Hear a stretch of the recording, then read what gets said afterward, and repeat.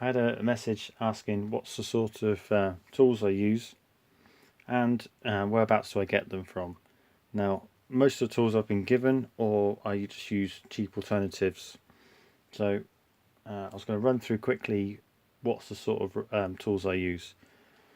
So first of all, we've got the Ashley Book of Knots. This is a 1990 edition, I think, reprint. If you look on page 20 to 22, they kind of detail most of the sort of tools that they use. First of all, most of the time I use scissors for cutting rope, but we've got a rigger's knife here, one straight sharpened edge. The back and the front are both blunt, and I use a bit of hardwood to use as a cutting block, but most of the time I use a retractable Stanley knife because I just think they're safer to use. We've got the tool here, got a wire I use to tie monkey's fists with, I made myself. We have a sailmaker's palm and the needles, quite strong ones. They have a triangular cross section, quite strong to use between the to use for the rope. We've got a metal toothed comb to tease out the ends of the rope to have a different to make a tasseled end. Got a wooden fid, metal fid as far as I understand, and then I use this. This has been called a Swedish fid. These are prickers.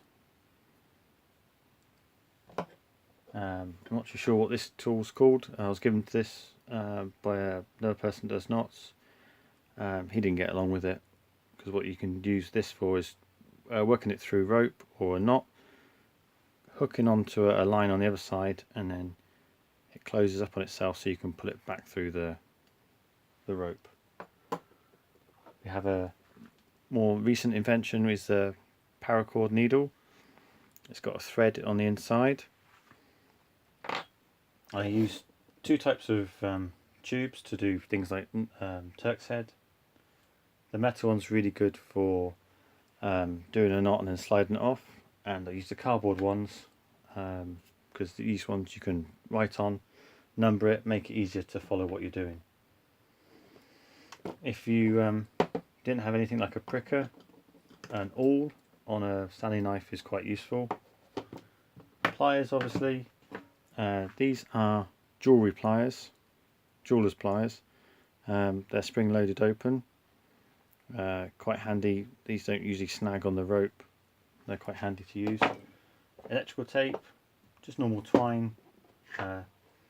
Beeswax, good to if you get the twine and run it across the beeswax, it will hopefully make sure it preserves it a bit longer. Whipping twine, this is waxed whipping time. Elastic bands are quite handy to hold the rope and knot together. We've got surgical clamps. They're quite good to hold the rope if you want to let go of it. Similarly, bulldog clips are just as good for that purpose. And then page 473 shows a chain fork, which I think is what this basically is. It's great for making things braided rope and sennits. So yeah, that's the sort of tools I use. I'll hopefully make a couple of videos of how to make cheap versions of these.